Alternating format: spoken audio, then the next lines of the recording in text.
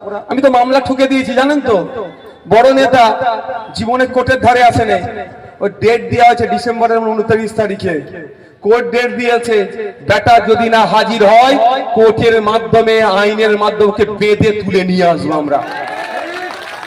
ঠিক আছে, 30 কোটি টাকা নাকি আমরা নিয়েছিলাম এ কথা বলেছে। আমি ভাই ওই খিস্তির বদলে খিস্তির জবাব আমি দিতে পারি না, চোখের বদলে চোখ নিতে হবে, ওই রাজনীতি আমি করি না। তাহলে পৃথিবীতে তো সবাই অন্ধ হয়ে যাবে। আমাকে বলেছে টাকা নিয়েছে, আমি কোর্টকে বলেছি কিভাবে নিয়েছে একটু প্রমাণ করে দিতে বলুন। আমি যদি টাকা নিয়ে থাকি তো প্রমাণ করে দিই। এবার আপনাদেরকে বলে যাই, আমাদের বিরুদ্ধে তৃণমূল কিচ্ছু বলার নেই জায়গা, কোনো কিছু বলার জায়গা নাই, শুধু মিথ্যাচার ছাড়া। সেই মিথ্যাচারটা কি? বিজেপির কাছ থেকে টাকা নিয়েছে, বিজেপির সুবিধা করে দেবে।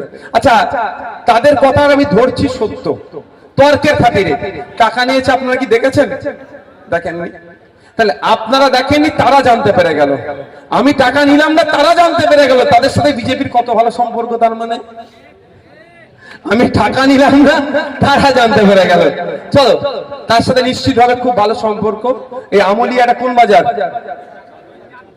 চাঁদপুরে। আমলিয়া চাঁদপুরে এসে আমি এখানে একটা কথা দিয়ে যাচ্ছি, আমি প্রকাশ্য বলছি, আমার দলের ওয়ার্কিং প্রেসিডেন্ট, রাজ্য কমিটির নেতৃত্ব, এখানকার বিভিন্ন নেতৃত্বরা আছে, এখানে আমি একটা প্রকাশ্য কথা দিয়ে যাচ্ছি। তাদেরকে বলুন টাকার অ্যারেঞ্জমেন্ট করতে, গোপনে টাকা নেবো না, প্রকাশ্যে নওশাদ সিদ্দিকী টাকা নেবে। ভয় লাগছে নাকি? ভয় লাগছে নাকি? তবে হ্যাঁ, একটা শর্ত দেবেন। শর্তটা কি? 100 টাকার অ্যারেঞ্জ করতে পারলে 10% 10 টাকা আমি নেবো, 90 টাকা তাকে দিয়ে দেবো যে অ্যারেঞ্জ করবে। অসুবিধা আছে? পার্টি চালাবো রে ভাই। বিজেপি নাকি কোটি হাজার হাজার কোটি টাকা দিচ্ছে, যদি 100 কোটি টাকাই দেয়, 90 কোটি টাকা তাকে ফেরত দিয়ে দেবো, 10 কোটি টাকা আমরা পার্টি চালাতে রাখবো। কারো অবজেকশন আছে ভাই? আমার অবজেকশন নেই, তবে ওপেন নেবো। ওই গোপনে হবে না ভাই। ফেস টাইমে কল করে শুভেন্দু অধিকারী, মমতা ব্যানার্জি রাতে তুই এইটা বল, আমি রাত সকালবেলা এটা বলবো, চলবে না। অন স্টেজ হবে, হাতে টাকা তুলে দেবে, নিয়ে নেবো। আজকের পর থেকে যদি কেউ বলে যে বিজেপির কাছ থেকে টাকা নিয়ে সুবিধা করে দিচ্ছে, তাকে কি বলবেন? এই টাকা নিয়েছে প্রমাণ করতে পারিস নি তোরা। তোদের এক নেতা বলেছিল টাকা নিয়েছে, তার নামে মামলা করেছে।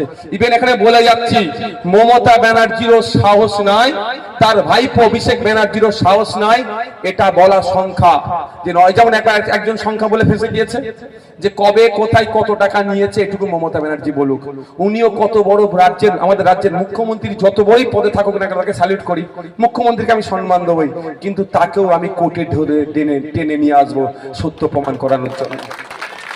কারো ক্ষমতা নেই করার, শুধু মিথ্যাচার করছে। আজকের পর থেকে মিথ্যাচার করলে বলবেন এই প্রকাশ্যে টাকা নেবে, উল্টে তোকে 90% দিয়ে দেবে, 10% পার্টি চালানোর জন্য রাখবে। এবার আর একটা চলে এগ্রিমেন্ট হোক। এগ্রিমেন্ট এটাই, এগ্রিমেন্টে লিখবে পিরজাদা আব্বাস সিদ্দিকী সই করবে, ওইদিকে মমতা ব্যানার্জিকে সই করতে হবে। আমাদের দলের প্রাণ পুরুষ প্রতিষ্ঠাতা আমাদের ভাইজান সই করবে একদিকে, একদিকে করবে তৃণমূল কংগ্রেসের সুপ্রিমো। এটাই লিখা থাকবে।